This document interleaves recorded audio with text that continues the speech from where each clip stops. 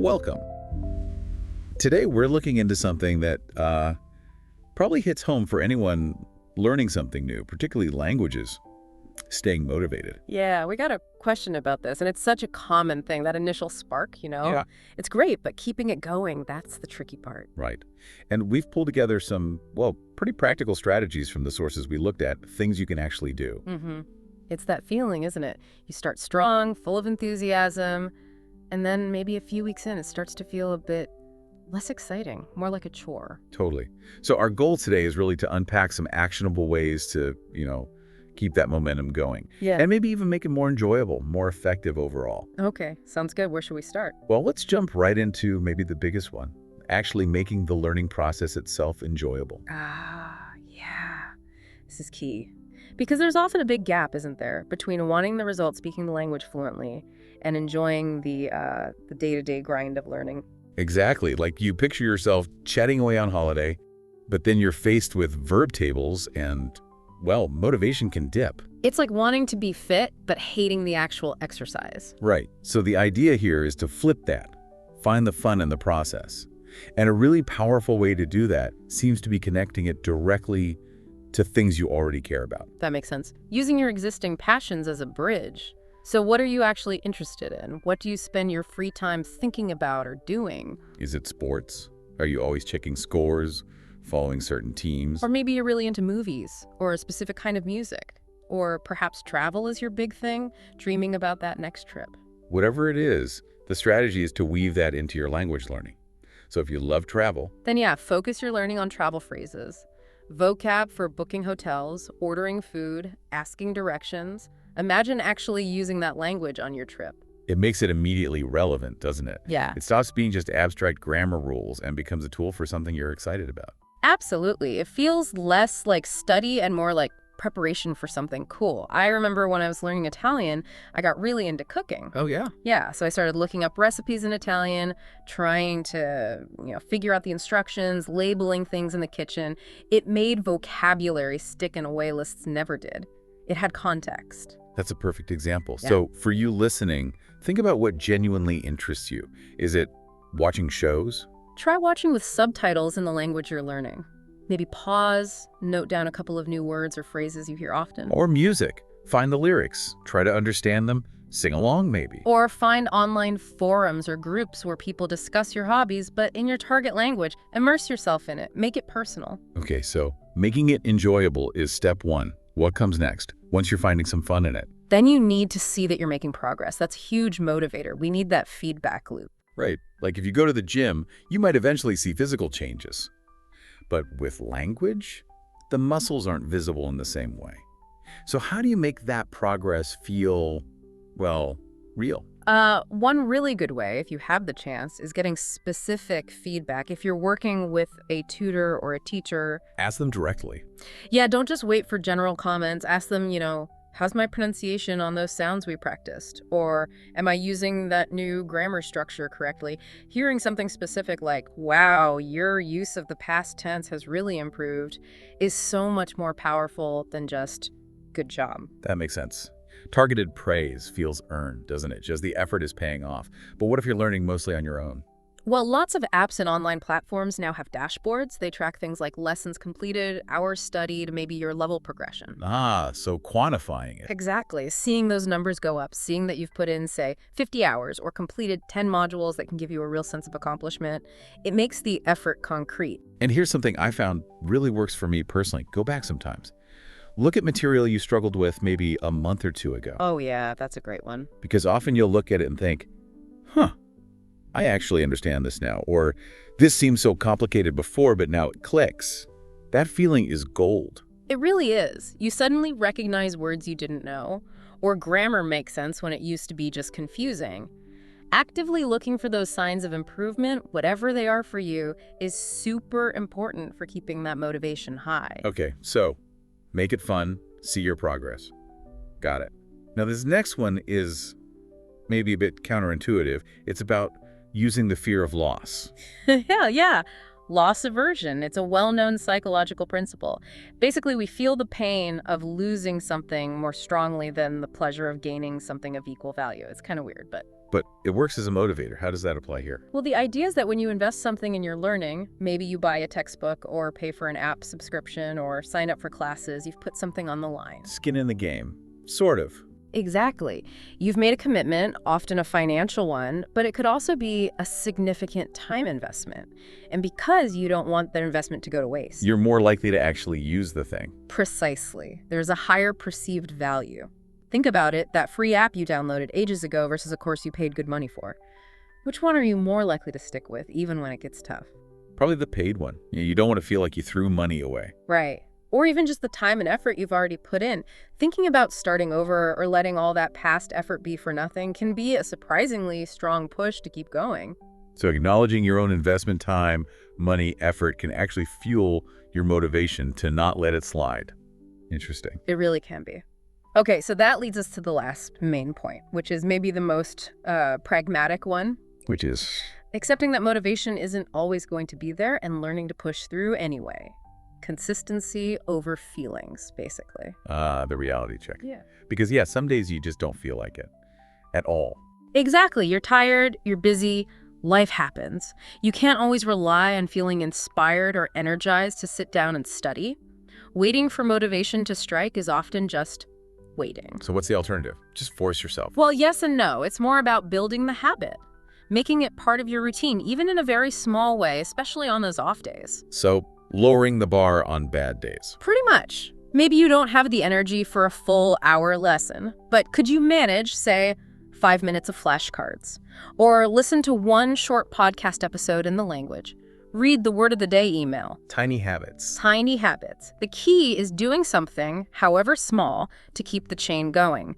It's those consistent small actions day after day that really build up over time. Much more than, intense cramming sessions followed by weeks of nothing. It's like exercise again, isn't it? Even a short walk is better than nothing if you're trying to build fitness.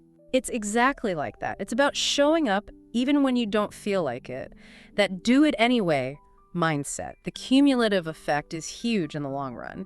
Don't let a temporary lack of enthusiasm break your streak entirely. Maintain the routine, even if it's minimal some days. Right. And related to that, the sources also mention having easily accessible, bite-sized resources can help too. Oh, yeah.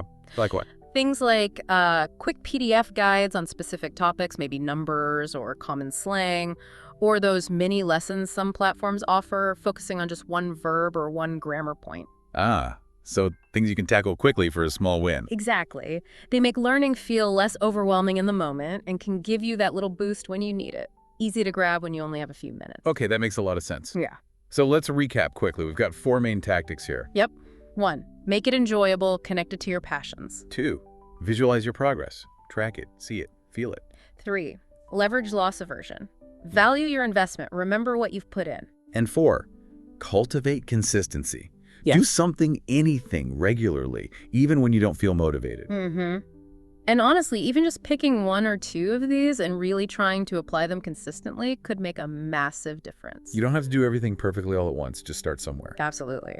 Yeah. So maybe the final thought for you listening, thinking about these different approaches. Which one kind of clicks the most with you right now? Which one feels like it addresses your biggest motivation hurdle?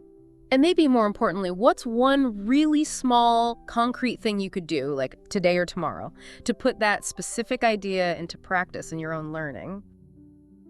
You know that feeling? When you really want to get something, properly understand it, go deeper than just the surface, but there's just so much information, it can honestly feel like trying to drink from a fire hose sometimes. Yeah, absolutely. Overwhelming. Right, and you're looking for those moments, those aha insights, but without, getting totally bogged down. Well, that's exactly what we try to do here.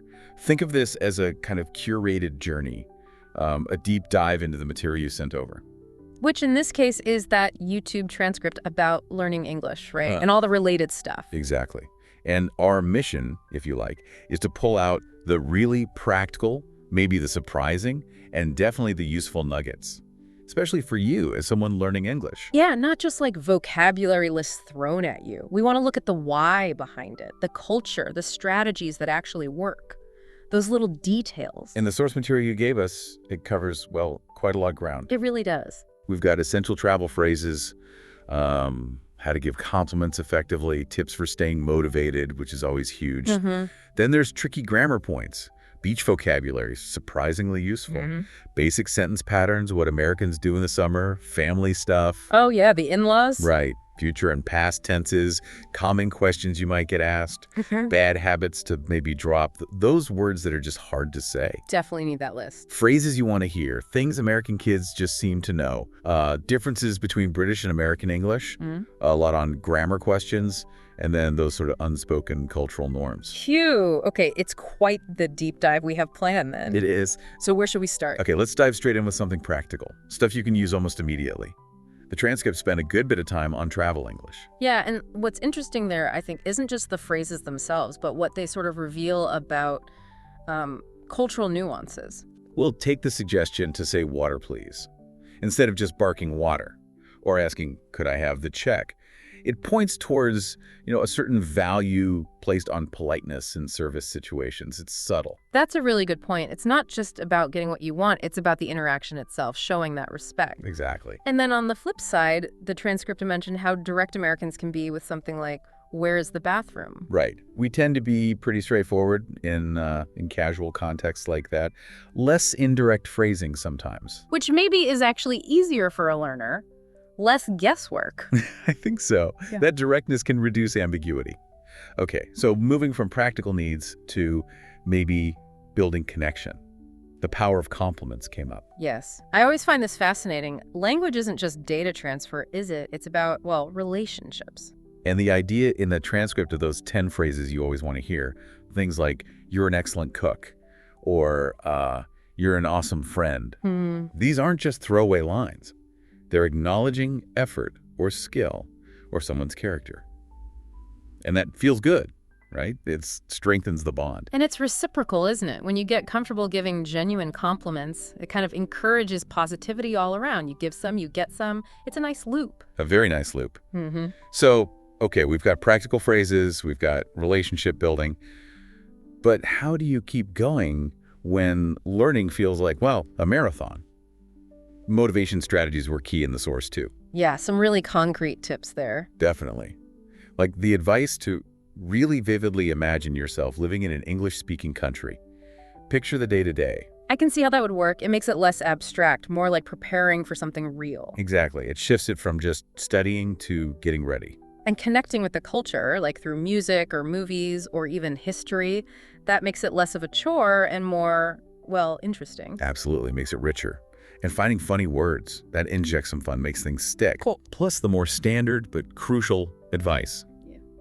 Journaling in English, using flashcards smartly, and this is a big one, actively practicing with native speakers. And thanking them when they correct you. That mindset shift is so important. Yes. Seeing correction as help, not criticism. It reframes the whole experience. And apparently, seeing words you've studied appear in real life gives a huge motivation boost too. Oh, definitely. Like your brain says, see? It was worth learning that. Okay, let's shift gears slightly. Grammar, sometimes the scary part. The transcript tackled some common sticking points. It did. And the by versus until distinction is such a classic. Small words, big difference. Right. Thinking of by as a deadline, leave the beach by 10 a.m. versus until as duration, stay at the beach until 10 a.m. You can almost feel the different time concepts. Yeah, by feels like a hard stop. Until is the whole time leading up to it. Yep. Okay, that makes sense. And what about those connecting words? Also, however, then, besides. The signposts of language. They're crucial for flow. So. Well, they signal the relationship between your ideas. Are you adding something? Contrasting, showing sequence. Mastering them adds a real fluency, a sophistication. Gotcha. And the simple future will versus going to. Yeah. The transcript clarified it's often about when the decision was made. Yeah. Right? Will for spontaneous, going to for pre-planned. That's a neat distinction. Okay. And the simple past, regular adverbs versus the others. Yes, the irregulars, a charming mix of rules and pure memorization is part of the fun, really. Highlights how language evolves. And then the present perfect versus simple past. That's one that even advanced folks wrestle with sometimes. It is. Life experiences with no set time, I've been to France, versus a specific past events. I went to France last year. It's a nuance about perspective on time. Okay, good clarity there. Now, moving away from grammar structure to actual words vocabulary, the beach edition was kind of fun. Yeah, nice and thematic. Sunglasses, beach towel, sunscreen, flip-flops. You hear those and you instantly picture summer, right?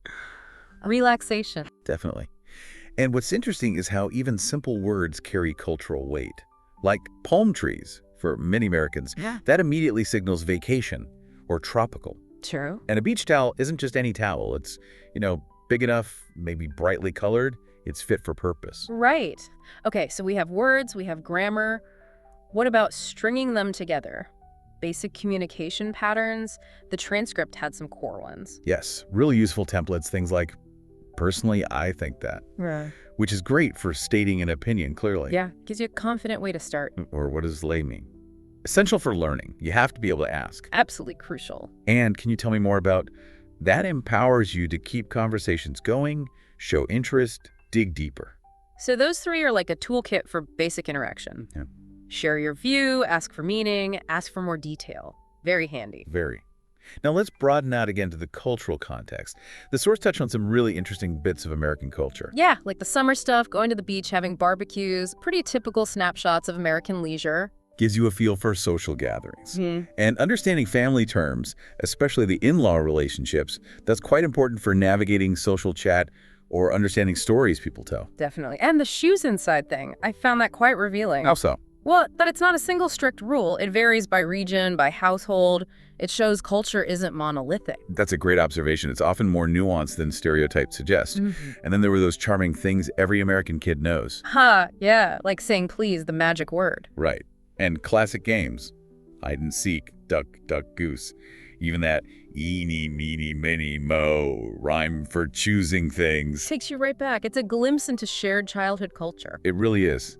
And even the quick look at the college experience, the 4-year degree idea, the freshman 15 weight gain joke. The red solo cups. The red solo cups, themed parties, sororities, and fraternities. These are cultural touchstones for a lot of young Americans, even if not everyone participates. They're part of the landscape you hear about. For sure.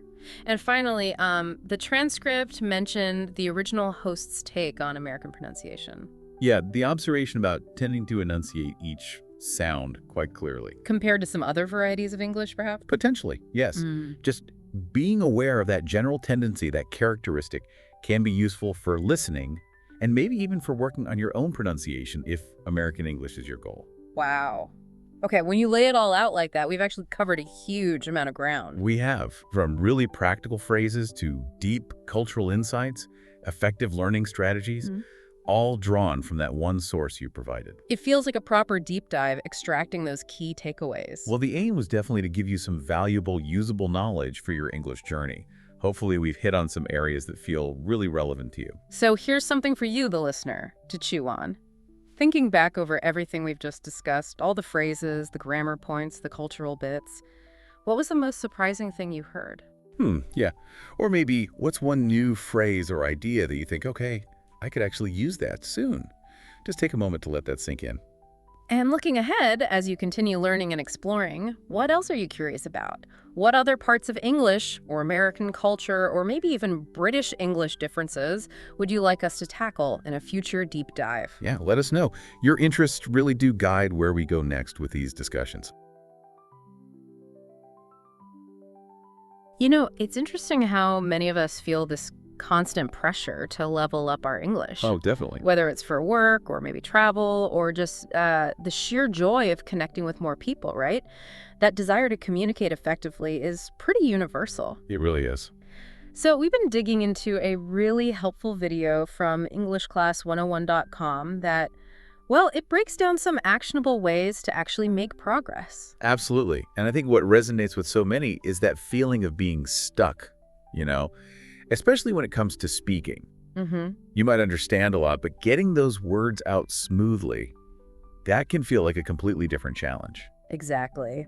So what we wanted to do today is really pull apart some of the core techniques they mentioned, the ones that feel the most practical. Yeah, the ones you can actually use. Right, and can give you some tangible results no matter where you're starting from. They touched on improving everything, really how you speak, how well you understand writing, reading. It's worth keeping in mind that these aren't separate compartments in your brain, are they? The more you work on one area, the more you'll likely see benefits in the others. It's all kind of interconnected. Okay, let's start with speaking then, because that's often the one that feels most public, exposed. Yeah, definitely the most intimidating for many. The video highlighted something called shadowing. Now, this isn't about, lurking in the dark or anything.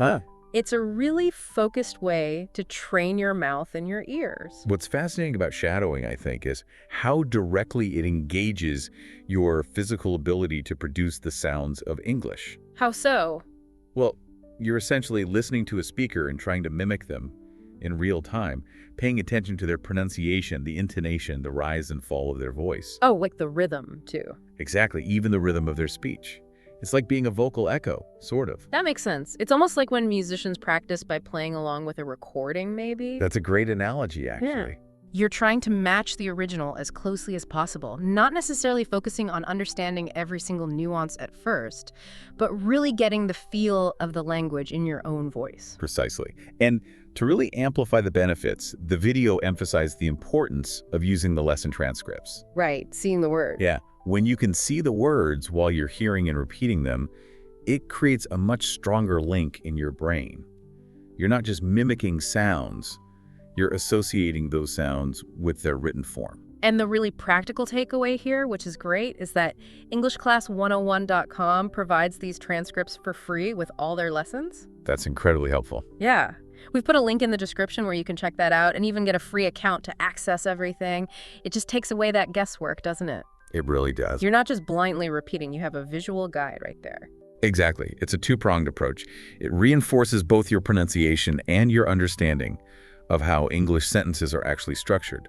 Seeing the words can clarify sounds that might be tricky to distinguish just by ear, Totally. Okay, now let's move to the flip side of the coin. Listening. It's so common to feel overwhelmed when someone's speaking English. Oh, yeah. Like the words are just coming at you too fast. It's a very natural feeling. The speed, the unfamiliar accents, the way native speakers often link words together, it can all feel like a tidal wave of sound sometimes. And this is where, again, having access to a transcript can be a real game changer. How does that help with listening specifically? Well, you can listen to a section, maybe feel a bit lost, and then go back to the transcript to pinpoint exactly what you might have missed or misheard. Ah, okay. So it's like having a safety net while you're developing your ear. Pretty much, yeah. You can slow things down, well, not literally slow the audio, but slow down your process and really analyze the spoken words. Right. And the video mentioned another tool specifically designed for this, line-by-line audio. Tell me more about that. What's particularly insightful about the line-by-line approach is how it breaks down the audio into manageable chunks. Okay, smaller pieces. Exactly. Instead of trying to process an entire paragraph at once, you're focusing on just a sentence, or maybe two. This allows you to listen to it repeatedly. As many times as you need. Many times as you need until you've truly grasped every word and the way it's pronounced within that small section. So if there's a particular phrase or, I don't know, a sound that trips you up, you can just loop that small segment until it clicks. Precisely. It's like dissecting a sentence piece by piece to fully understand its construction and its delivery. That sounds really effective. It's about moving from that feeling of just general comprehension, which is good, to a much more precise understanding of the individual components of spoken English. And that, in turn, builds your confidence. Okay, let's switch gears now and talk about writing. The video offered a surprisingly simple technique here. Almost old school. Yeah. Good old-fashioned handwriting, just copying words, sentences, even entire dialogues. It might seem almost too rudimentary in our digital age, with keyboards everywhere. But there's a real benefit, apparently, to physically forming the letters and words with your hand. It's a much more active and engaged way of interacting with the language than just typing. It takes away that initial blank page paralysis, doesn't it? Oh, absolutely. You don't have to think about what to write. The material is already there from your lessons, textbooks, wherever. You're essentially just giving your brain a pattern to follow. And through the act of copying, you're not only reinforcing spelling, which is always useful, Definitely. but also subconsciously absorbing sentence structures, grammatical patterns, and vocabulary in context. It's a low-pressure way to improve your accuracy and build a solid foundation for your own writing later on. And again, easy to apply. Yeah, and as the video suggests, using materials from your EnglishClass101.com lessons makes it directly relevant to what you're already learning. Right, tying it all together. Okay, now for reading. We often think of it as a purely visual skill, but the video proposed layering and an auditory element. Yeah, listening while you read. So listening to the audio version while you read the transcript or the dialogue. This is a perfect example of how these different skills support each other, you know? How so? By simultaneously engaging your eyes and your ears, you're creating multiple pathways for the information to enter your brain. Hearing the words pronounced correctly as you read them helps prevent you from mispronouncing them in your head. Ah, which I definitely do sometimes. We all do. Or getting stuck on unfamiliar vocabulary because you hear how it flows in the sentence. It's like having a built-in pronunciation guide right there with you as you go through the text. Exactly. You're not just decoding the words on the page, you're actively connecting them to their spoken form. This can really boost your reading speed and how much you actually understand. Definitely. And the video pointed out that this is something you can easily do with their audio lessons. They also mentioned an extensive reading book that comes with audio. Oh, interesting. Yeah, which sounds like a fantastic way to immerse yourself in longer texts while still having that crucial auditory support, sort of bridging the gap to reading native materials. That sounds great.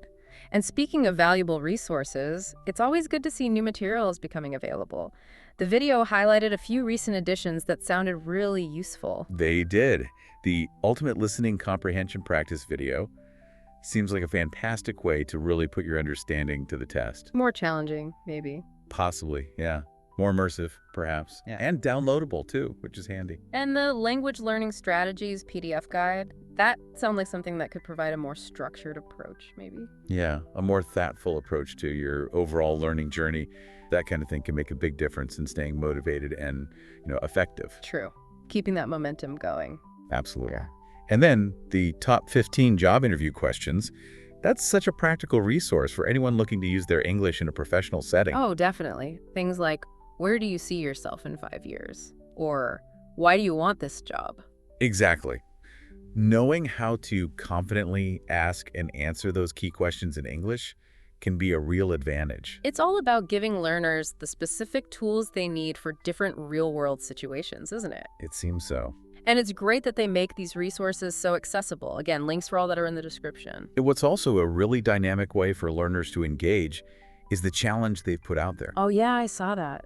Encouraging people to record themselves speaking English and share their progress. I thought that was such a motivating idea. The challenge is basically to create a short video or audio introducing yourself in English using the skills you've been developing. Yeah, putting it into practice. It's a chance to really put yourself out there, maybe overcome some shyness, and practice in a real-world way. And the reward is definitely a nice incentive. A 1-month premium plus subscription. Not bad. Not bad at all. But perhaps even more valuable is the opportunity to be featured in a future video. That's huge. Yeah, which could provide incredible exposure and, just inspire countless other learners on their own journeys. Seeing someone else do it makes it feel possible. It's a great way to build a supportive community and really showcase what's possible with consistent effort. All the details on how to submit your recording are, you guessed it, in the description. Exactly. Check the description. So just to bring it all together, we've explored some really concrete and actionable techniques today for improving your English. Yeah, things you can actually start doing. Right. We talked about shadowing, using those transcripts to refine your speaking, utilizing transcripts and that line-by-line audio feature to sharpen your listening skills. The handwriting thing for writing practice. Yeah, the surprisingly effective method of handwriting. And combining audio with reading to boost your pronunciation and comprehension. And the great thing is, all of these methods can be put into practice using the wealth of resources available on EnglishClass101.com, which you can find via the link. In the description. It really seems like a comprehensive system designed to support you at every stage. This brings up a really important point, I think, for you, the listener, to consider. Yeah. With all these different tools and approaches now sort of laid out. Yeah. How will you experiment? How will you find out what truly clicks with your individual learning style? because not everything works the same for everyone, right? That's true. And perhaps even more crucially, how will you integrate consistent practice into your daily or weekly routine? How will you make the time to really see meaningful progress over time? Because just knowing isn't enough. Exactly. That consistent engagement, finding what works for you, and then actually sticking with it, that's ultimately the key, isn't it? That's what unlocks your English potential. You know that feeling when you really want to get something, like properly understand it, but you just feel swamped by all the info. Oh, definitely. Like you wish there was just a simpler way, a shortcut to knowing what actually matters. Exactly.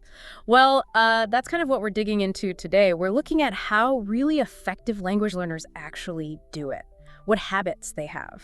And the interesting thing, based on the expert insights we've been reviewing, is that these habits, they're not just for languages. Right. Yeah. They apply to learning pretty much anything. It's about the process. It really is.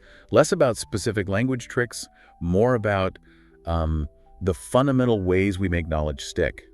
So our plan is to unpack these key habits, give you some solid examples from the research, stuff that works, so you can learn faster, maybe with a bit less, pulling your hair out. Sounds good. It's fascinating stuff how the brain actually wires itself for new skills when you approach it the right way. Okay, let's jump in. Habit number 1, setting goals. And we don't mean like, oh, I'd like to be fluent someday. No, definitely not. The experts really hammer this home. It's about small, measurable goals, things you can actually track. And crucially, with deadlines. Give us an example from the source. Sure. So instead of learn Spanish, maybe it's learn 100 common Spanish words by June 30th. Or be able to have a simple 1-minute chat about my hobbies by the end of the month. Or maybe do 30 of these audio lessons by November 30th. Specific. Exactly. Specific and achievable. The psychology behind it is powerful too, isn't it? Those small wins. Totally. It stops you feeling like you're just, flailing around. You hit that small goal, you get a little dopamine hit and think, okay, I can do this. Much less likely to just give up. And that feeds perfectly into the second habit they talk about, creating a routine. Goals are great, but the routine is what actually makes them happen day to day. Right. If your goal is 30 lessons a month, then your routine might be, say, one 15-minute lesson every single morning with your coffee, or maybe during your commute. The key thing the experts stress is scheduling it, deciding when and where it happens, like blocking out that time. Yeah, treating it like an important meeting. This is your language time or your learning time, and you actually have to protect that time. Learn to say no to other things sometimes, which can be hard. It can, Yeah. But it signals to yourself that this learning is a priority. Plus, that consistency, doing it regularly, way better for your brain than trying to do huge chunks infrequently. Which brings us neatly to habit 3, avoiding cramming. Ah, the all-nighter before the exam. We've all probably done it. Yep. And it might get you a pass mark. Yeah. Maybe. But for actual long-term learning, especially skills like language, the experts say it's pretty bad. It really is. The source uses that great analogy. It's a marathon, not a sprint. You just can't force-feed your brain like that and expect it to stick long-term. You just burn out, right? And you don't actually retain much. Exactly. Short, consistent sessions are the way to go. Even just 5 or 15 minutes a day. It's much more sustainable. And it ties back again. Small goals, regular routine, no cramming. It all fits together. It really does. Okay, habit 4 tackles a really common sticking point, preparing for output. Specifically, speaking. That fear of opening your mouth and nothing comes out, or the wrong thing. Yeah, that feeling. So the advice is actually pretty simple. Prepare lines beforehand. Think about conversations you're likely to have. Like introductions. Perfect example. Basic stuff. Hello, how are you? My name is, what's her name? Where are you from? Maybe think about how you'd answer questions about your job or hobbies. Have those phrases ready to go. Pretty much. The source even suggests making a list of things you want to be able to say, things you know you'll need often, and getting them translated correctly, like, I am from, this weekend I did. So you're not caught completely flat-footed, lowers the anxiety barrier a bit. A lot, I think. And that preparation directly helps with habit number 5, actually focusing on output. Okay, so distinguishing between input and output. Input is like listening, reading. Exactly. Taking information in. Output is producing it yourself, speaking and writing. And the point is, just doing input isn't enough. Right. You can listen to podcasts or read books forever, and your understanding will improve, sure. But it won't magically make you a good speaker or writer. You have to practice the output skills themselves. Makes sense. Like you can't learn to swim just by watching videos of swimming. Perfect analogy. You got to get in the water. So for output practice, the experts suggest things like shadowing, that's repeating what you hear out loud, trying to match the sounds and rhythm. Mimicking, basically. Yeah.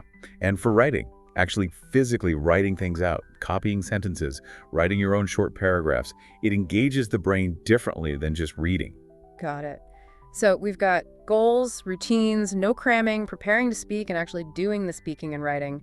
What's next? Habit 6 is about review, right? Absolutely crucial. Review. Because how often do you learn something one day and poof, it's gone the next? Constantly. My brain's like a sieve sometimes. Mine too. So, yeah, just encountering something once isn't enough. You have to revisit it.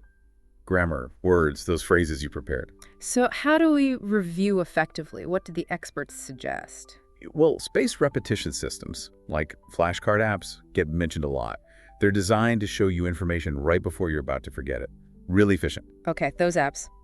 Anything else? Simpler things too. Replaying lessons you found useful, listening to dialogue tracks again and again, maybe without the text this time, making playlists of conversations to listen to passively. It's all about repeated exposure over time. Drilling it in through repetition. Okay. Now, habit 7 sounds interesting. Developing problem-solving skills. How does that fit in? This one's more about mindset, I think. It contrasts how less successful learners react to problems versus how the really effective ones do. Okay. So if a newer learner hits a snag, maybe the textbook is boring or they feel lost in class, the reaction might be to blame the resource.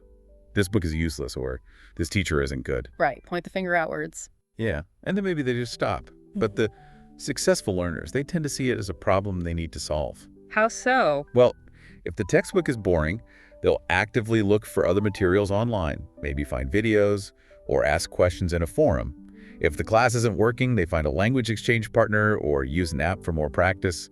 They take ownership. So they don't just give up, they figure out a workaround. They become resourceful. Exactly. It's about being an active agent in your own learning, not just a passive receiver. That's a huge shift. Definitely empowering.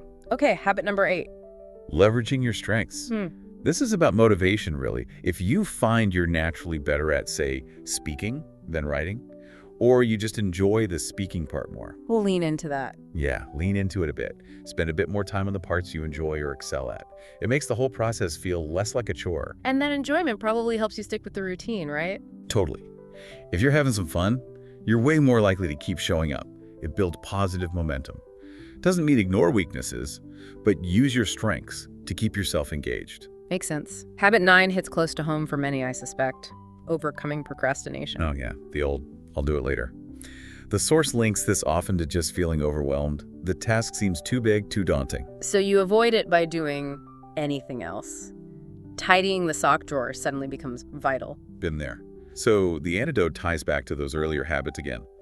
Make the goal tiny, make the routine easy to start. Like the 5-minute rule. Exactly. Just commit to 5 minutes. Often, just starting is the hardest part. Once you've done 5 minutes, it's easier to keep going. It breaks that initial resistance, that feeling of, ugh, this is too much. Lower the barrier to entry so much your brain can't object. Smart. Okay, final habit number 10. Maintaining a long-term perspective. Back to that marathon idea. Right, this isn't going to happen overnight. Definitely not. And there will be bumps in the road. Days you feel stuck, weeks where progress feels slow. That's normal. It's expected. So don't get discouraged by the inevitable setbacks. Try not to. See them as just part of the journey. And the advice here is also to stick with resources that offer short, manageable lessons. On days you feel low energy, doing one small lesson still keeps the momentum going. Consistency over intensity again. That's the recurring theme, isn't it? Mm-hmm. Consistency, active engagement, reviewing, problem solving, and patience. When you lay them all out like that, it really does form a kind of roadmap for learning anything effectively. It does. It's less about innate talent and much more about applying these deliberate strategies and habits. So thinking about all this, maybe a good question for you listening is, which of these habits are you already doing, maybe without realizing it? Yeah, and maybe more importantly, which one could you start incorporating, like right now? So here's a thought to leave you with. Considering these 10 habits, what's just one small, measurable goal you could set for yourself today in whatever area you want to improve? Doesn't have to be world-changing, just one small step. Thinking about it is already progress. Absolutely, because Applying even a few of these principles consistently, that really can lead to significant strides and hopefully make your learning journey feel a lot more rewarding. You know that feeling when you've got something important you want to do, maybe like finally dedicating some real time to learning a new language, but your brain just feels, well, sticky, almost like wading through treacle. Yeah, I know exactly what you mean. You're not against it, not really. Yeah. But the actual get up and go is just gone. Right. Vanished. Maybe that's even where you are right now listening to this. It's fascinating, though, isn't it? How those very days, the ones where you feel that that internal pushback against studying, they might actually turn out to be incredibly valuable for your progress. Really productive in a weird way. Okay, interesting. So today we're exploring why that might actually be true. Exactly. We've been looking into some ideas about why these motivation slumps happen in the first place. Right, the why. And maybe more importantly, how pushing through them, even just for a little bit, can make a real difference, especially for language learning. Okay, so let's get into it. Why those off days might actually be, surprisingly, on days for learning. So let's start with why we even have these dips. What causes them? Good question. Well, one key idea that kept coming up is something called the law of diminishing returns. Okay. I think I know this one. It's where you just don't get the same bang for your buck after a while, right? Obviously. They use a great analogy, pizza. Remember that? Oh, yeah, the pizza. That first slice is just amazing. Pure joy. Totally. The second slice. Still pretty darn good. But, by the third or fourth, well, you're definitely not getting that same level of satisfaction, are you? No way. And that's kind of like language learning. Those early days when you're picking up basic greetings, simple phrases. Yeah, hello, thank you. Exactly. It feels like huge progress. Yeah. Really rapid, super encouraging. It does, yeah. But then as you get into, say, more complex grammar or like subtle vocabulary differences. Oh boy, verb conjugations. Right. The gains can feel much smaller, harder, and that slower perceived pace. It can definitely put a damper on your enthusiasm. That makes total sense. You hit a sort of plateau, and suddenly the idea of drilling irregular verbs feels less than exciting. Exactly. And the main thing here is just to realize that progress isn't always a straight lineup. Those periods where it feels slower, that's normal. That's reassuring. And it ties into another point they mentioned, which I definitely relate to. This overthinking and sense of dread. Oh, the dread. Yes. It's that feeling of obligation kind of sneaking in, isn't it? No, totally. It goes from something you were excited about to just another chore on the to-do list. And the sheer thought of it can sometimes feel exhausting before you even start. The gym analogy they used was perfect for that. Spot on. You know it's good for you. You might even really want the results. Right. You want to be fit or fluent. But anticipating the effort, the workout, the study session, it can be a real drag. It really shows how powerful just getting over that initial hump is. Often thinking about it is worse than doing it. Absolutely. You build this whole mental mountain before you've even opened the app or the book. And then it was also good to just be reminded that having good days and okay days and bad days, that's just normal for any long-term thing. Precisely. With any big goal, learning a language, getting fit, writing a book, whatever, there are going to be ups and downs in your energy, your motivation. Sure. Some days you'll feel like you can conquer the world. Most days will probably be just, steady effort. Putting in the time. And some days you'll just feel off. And that's okay. It's not a sign you're failing. It's just part of the cycle. Accepting that cycle can probably take some pressure off, I imagine. Definitely. And it's so crucial to remember you're not a machine. Right. We're not robots. You're not going to be running at 100% peak performance every single day, which leads to that point, like expecting to be on all the time. It's just not realistic. It really isn't. You can't have sunshine every day, right? And you can't always be buzzing with motivation. Just knowing that helps you be a bit kinder to yourself on those days when you're just not feeling it. Okay, so we've got a handle on why these slumps happen.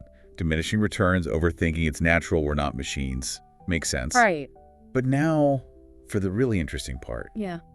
Why can these days, the ones where we feel least motivated, actually be really good for our learning? Well, okay, one of the most encouraging ideas that came up was pretty simple. It's not that bad once you start. Oh, that rings so true, doesn't it? It really does. You can spend ages putting it off, finding anything else to do, cleaning the fridge, organizing your sock drawer. Haha, yeah, the classic procrastination techniques. But then you finally just make yourself open that language app or look at your notes, made for just 10 minutes, Mm-hmm. and suddenly it's fine. It's not the huge ordeal you were imagining. Exactly. That initial hurdle, that first push, that's often the absolute toughest part. It takes the most willpower. Like dragging yourself out for that run you really didn't want to do. Yeah. And once you're actually out there moving, it's usually okay, maybe even good. You feel better afterwards. Definitely. Same idea applies here. Just starting can break the spell. Okay, so just starting is key. And that leads to the next benefit they talked about, overcoming a mental barrier. This felt quite powerful. Yeah, this one's really interesting because it's about how our brains work. On those low motivation days, your mind is basically telling you, nah, let's quit, let's do something easier. Right, the path of least resistance. Exactly. But when you consciously decide, nope, I'm going to do 10 minutes anyway, and you push past that feeling, you're actually weakening that negative reflex. You're kind of reprogramming your response to discomfort. You're building mental toughness. So you're basically proving to yourself, A, I can do this even when I don't feel like it. Precisely. And the more often you do that, the less power those feelings of resistance have next time. It's like training your brain not to give up quite so easily. You're building resilience. I like that. Building resilience. And that connects straight into the next point, which is strengthening the habit. Ah, yes, the habit loop. Yeah. Crucial stuff. We talk about habits a lot. But for something like language learning that just takes consistent effort over a long time, it seems extra important. It really is. And working on your language even when you're not feeling it, that's like putting your learning habit on steroids. It's supercharging it. How so? Well, if you only study when you feel motivated, your habit is kind of fragile, right? It depends on your mood. True. Which can be pretty unreliable. Very. But if you can manage to stick to your routine, even just for a short burst on a day when you'd rather do anything else, that habit becomes much more solid, much more ingrained. It becomes less about how you feel and more about what you do. It becomes part of your routine, like brushing your teeth. Okay, so it makes the habit stronger, more automatic. Exactly. And that consistency, even if it's just small amounts on tough days, that's what really leads to mastery in the long run. It's like you're reinforcing those pathways in your brain, making studying less effortful over time. Precisely. And then there's the final piece, which is really nice, the feeling of achievement you get afterwards. Ah, the reward. Yeah. There's a genuine sense of accomplishment, isn't there? When you do something you really didn't feel like doing. Even if it was just like a 5-minute vocabulary quiz on your phone or listening to one short audio lesson. The fact that you did it on a day you felt unmotivated, that gives your confidence a real boost. That small win can create surprising momentum, can't it? Absolutely. It reminds you, hey, I'm committed to this. I can push through. It's like giving yourself a little internal pat on the back. See? You did that even when it was hard. Nice one. Exactly. And that feeling can carry you forward. What else can I do? That makes a lot of sense. Yeah. So to bring this home, it helps to think about actual people doing this, right? Yeah, exactly. We looked at some messages from real learners, people who are actively on this journey. Right. It was great hearing from them, people like you listening now all over the world putting in the effort. We heard from Lovely in Indonesia. Yes, studying English literature, aiming for career goals. And Javier from El Salvador, teaching himself English with his dream of living and working in the U.S. Really inspiring. And let's see, there was someone from Sudan also focused on career advancement in the U.S. through English. Right, and Mohammed from Syria, who talked about English being so important for, like, global connection and travel. Yeah, breaking down barriers. And Victoria from Ukraine. I love this. She mentioned fitting her learning into her daily commute. Such a practical approach, making it fit. Totally. And Yulin from Thailand, also using English for professional growth. What's really striking is just the variety. You know, different places, different reasons for learning. But all with real goals. Exactly. Yeah. Better jobs, travel, connecting with people. These are tangible dreams. And they're all actively doing it, which means they're definitely navigating their own good days and bad days, just like everyone else. For sure. The fact that they even sent in those recordings, took that action, it shows that commitment, right? That willingness to engage, even if maybe they weren't feeling 100% motivated that day. Yeah, that's a great point. And Victoria, using her commute time, perfectly illustrates how you make it work, fitting those consistent bits of effort in, regardless of motivation levels. It really does. It shows it's possible. It's just a powerful reminder that, first, you're absolutely not alone in facing these challenges. Definitely not. And second, that even those small efforts you make on your off days, they really do add up. They contribute to the bigger picture of actually learning the language. So yeah, to kind of wrap it up, experiencing those dips in motivation, it's not just normal, it can actually be a really crucial part of your learning journey. Right. It's not a bug, it's a feature. Maybe. These are the times you build that mental resilience we talked about. Yeah. You really hammer down those learning habits, make them stick. Absolutely. Okay, so here's something for you to think about. Maybe mull over later. Yeah. Think back to the last time you felt that real resistance to study your language. That, ugh, I really don't want to feeling. What tiny step could you have taken? Just one small action, maybe even just for 10 minutes. What might that have done? Interesting question. Could it have shifted your mindset even slightly? Strengthened your resolve just a tiny bit? And maybe more importantly, how can you use that just start idea, that 10-minute rule, the next time you feel that reluctance creeping in? Because it might just surprise you. That little push could lead to some really significant progress, maybe not just in your language, but in how you approach challenges overall. We all know how it goes, don't we? January 1st hits, and bam, everyone's suddenly going to master a new language. Oh yeah, big plans. This is going to be the year, and then, maybe February comes around. And those language app notifications, they start feeling kind of like guilt trips. Instead of helpful nudges. I've definitely been there. And initial excitement is great. It really is. But it's sticking with it. That's the tricky part, isn't it? Yeah. It's often less about how much you want it and more about, well, your actual strategy. Exactly. And that's really what we're getting into today, figuring out how to make those language dreams, actually stick. We've been looking at some really helpful stuff from the team at learninglishwithenglishclass101.com over on their YouTube channel. Yeah, their video, the one called How to Set Achievable English Goals and Resolutions, English January Review, it gives a really practical take on it all. It's not just about hype or empty slogans. It's more about, okay, why do we usually fail? And how can we actually, set things up better? So our mission today, really, is to give you some concrete, actionable steps, things you can actually use to make language learning work this time without getting overwhelmed or, just quitting by March. We're avoiding those usual pitfalls. Exactly. Steering clear of the common traps. Okay, so let's jump right in. Why do so many of these well-intentioned language goals just kind of fizzle out? Well, the video points to three main reasons, and honestly, they really match up with what I see all the time. The first one, setting goals that are just too vague, not specific enough. Yeah, the classic, I want to learn Italian. Sounds nice, but what does that actually mean in practice? Right. I remember setting one just like that. Come June, I still couldn't confidently order a coffee, let alone a pizza. Exactly. It's like having a destination but zero map. The video uses the example of wanting to be fluent. That's a big one. Huge. But fluency, it's so subjective, isn't it? What's it mean for you? Is it chatting easily? Understanding movies without subtitles? Reading a whole novel? If you don't define it, how can you possibly track if you're getting closer? Or even know what to aim for? It's like saying, I want to get fit. Great. But what does that look like? Training for a 5K. Eating more greens. Losing X pounds. It's just too broad. It gives you no direction. And like the video says, these fuzzy goals, they don't tell you a thing about how to study, how often, for how long, what materials, when should you rest. Nothing. Precisely. Then, the second big hurdle, setting goals that are, well, just not realistic for the time or effort we can actually commit. Oh, tell me about it. We all want fast progress, right? Yeah. But sometimes our ambition just gets way ahead of our actual capacity. Been there. I once decided I was going to become conversational in Spanish in like 3 months while working full-time and juggling, life. And how did that go? Spoiler.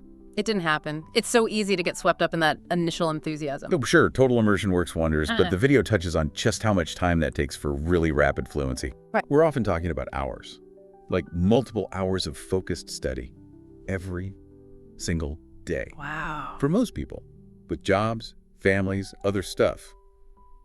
That's just not sustainable. Trying to keep that pace, it usually leads straight to burnout.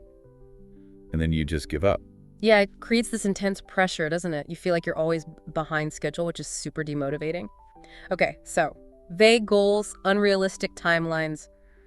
What's the third big killer of language resolutions? The third key thing is not having a concrete action plan.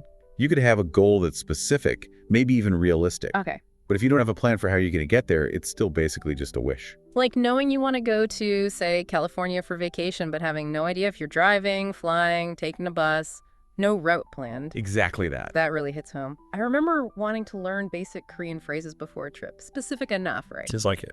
But I hadn't actually scheduled any study time Meh. or figured out how I'd learn them, which app, which book. So the trip happened, and my Korean was pretty much limited to hello. And the video asks those key questions. When will you study? How long for each time? And, really important, what methods or resources are you going to use? Without nailing those down, even your best intentions just get swallowed up by daily life. Okay, so we've picked apart the problems. Mm-hmm. Makes sense. Now let's flip it. How do we actually make these goals work? How do we succeed? Well, like the video shows, the solutions are pretty much the flip side of the problems. Yeah. First off, make your goals specific and measurable. So instead of get better at German, maybe something like learn 50 new German words about food and be able to order a meal confidently by the end of next month. Exactly, something you can actually check off. Did you do it, yes or no? Right. The video contrasts have a 30-minute conversation in Japanese by December 31st. Very specific, very measurable with that fuzzy, I want to learn Japanese someday. That 30-minute target gives you something solid. Makes sense. And the second point, keep it realistic. We touched on this, but instead of aiming for like near native fluency in a year, Yeah, maybe focus on something more achievable, like that 30-minute conversation goal. It's about making steady, sustainable progress, not trying to sprint a marathon. small wins add up, right? Totally. Small, consistent victories are super powerful. They build your confidence, keep you motivated long-term. And then the third crucial piece is that detailed action plan. This is where you actually map out the journey. You got to decide the when, how long, where, and how of your study routine. And the video gives a great concrete example, something like study every weekday at 9:00 p.m. for 15 minutes at home, in the living room, on a computer. Listen to 1 or 2 lessons each day, Monday to Friday. Wow, that's specific. That level of detail turns this vague idea into an actual habit, something concrete you do. That makes a huge difference. It's not just an intention anymore. It's like an appointment you have with yourself. And the video mentioned a couple more key things for successful goals too, didn't it? It did. Number 4 is setting a clear deadline. That target date, like December 31st for the Japanese conversation, creates a bit of urgency, helps you stay focused. Right, gives it an end point. And the fifth element is breaking down those big yearly goals into smaller monthly steps. Ah, okay, so it feels less overwhelming. Exactly. It makes the whole thing seem less daunting, plus you can track your progress much more often. Gives you those little boosts along the way. Like climbing stairs instead of trying to jump straight to the top floor. Perfect analogy. The video used the example of aiming for just a 2-minute Japanese conversation by January 31st. That's a first step towards the bigger 30-minute goal later on. Oh, okay, I like that. It's realistic, you can measure it, and it gives you that early win. Early encouragement is key. So instead of this huge mountain, you've got these smaller hills you can actually climb and feel good about. The video even gave some solid examples of those bite-sized monthly goals, right? Yeah, they did. They suggested things like learn 100 new words in a month, deadline, January 31st, or speak for just 1 minute in your target language by the end of the month. 1 minute. That feels doable. Right. Or complete a certain number of lessons, say 20 audio lessons, by January 31st. All things you can actually track and see yourself doing. That feels so much more manageable than just get fluent. It really focuses you on the next step. And, you know, I thought it was really cool when the video brought in stories from actual learners. Oh, yeah, that part was great. Where they showed video clips people sent in, really inspiring. They'd ask viewers to share, you know, who they are, what their language goals are, and why they're learning. And there was that incentive too, right? A chance to win a premium subscription. Yeah, a 3-month Premium Plus subscription. But honestly, even without that, just hearing from other people wherever they are on their journey, it felt really connecting. Relatable. Totally. We heard from people like Ahmed from India, wanting to connect with others globally, explore cultures. Right. And Andy from Indonesia, who's been learning English for a while and sees it as vital for his career, even for making online content himself. And a real Erin from China. She started learning for school, but then got motivated to improve her speaking by talking with international students. Just showed all different reasons people learn, didn't it? It really did. There was Arjun Singh, from India but living in the UAE Hmm. who just enjoys speaking English Hmm. and uses the resources to clear up specific doubts. Hmm. And Tiago Thomas, also from India, who is just so enthusiastic. Even the learner from Colombia, who said they were a beginner but still shared their goal learning for work, for culture. It was amazing seeing that mix: India, Indonesia, China, Brazil, Colombia. It really drives home that global community feeling. Absolutely. And they even gave some specific feedback on the videos, like complimenting someone's clear speaking or mentioning how the lessons helped with a particular grammar point. Yeah, that was a nice touch. It felt like a real interaction. Created a sense of connection, mutual support. Mm-hmm. And that led to a challenge for everyone watching, right? Yes. To share their own goals. Mhm. They encourage people to record a little video or audio clip, like 30 seconds to a minute. Just introduce yourself, where you're from, why you're learning your language. And yeah, that chance to be featured and win the subscription is a pretty cool motivator to actually do it. Definitely. Now, beyond the lessons, the video also mentions some free resources learners could grab, which is always good news. Oh yeah, definitely. They mention the Ultimate Listening Video Master Course, designed to really help you level up your listening skills. Okay, nice. Then there was a PDF cheat sheet called Talk About Your Body. Good for building that specific kind of vocabulary. Useful. And for anyone trying to understand texting or online chat. Right. They mentioned the most common texting slang word list.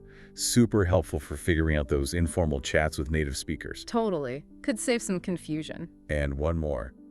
The How to Express Quantity vocab list, to help you get words like many, few, a lot of, several, right? Those can be tricky. For sure. And all those freebies are apparently on their website, linked from the video description. So easy for anyone to access. Great stuff. Okay, so as we kind of wrap this up, what are the absolute key things our listeners should take away if they're serious about finally reaching those language goals? Well, the main idea, really, it comes down to setting SMART goals. Yeah. You've probably heard the acronym. Specific, measurable, achievable, relevant, and time-bound. Right, the classics. Don't just vaguely want to learn a language. Yeah. Define exactly what you want to do. Make sure you can actually track your progress. Set targets you can realistically hit. Yeah. Make sure the goals actually matter to you. Connect to your why. And critically, give yourself that deadline. It's all about moving from those fuzzy daydreams to actual concrete steps you can take. So maybe take a second right now. Think about your language goals. How could you make them more specific? Yeah, how will you know when you're making progress? Are they really doable with your life right now? And maybe the big question to leave you with, what's one small, measurable step you're going to commit to this week? Just one thing. What single action can start turning that big wish into real, tangible progress? Is it going to be checking out a new lesson, memorizing maybe 5 new words, or just practicing speaking, even for 1 minute?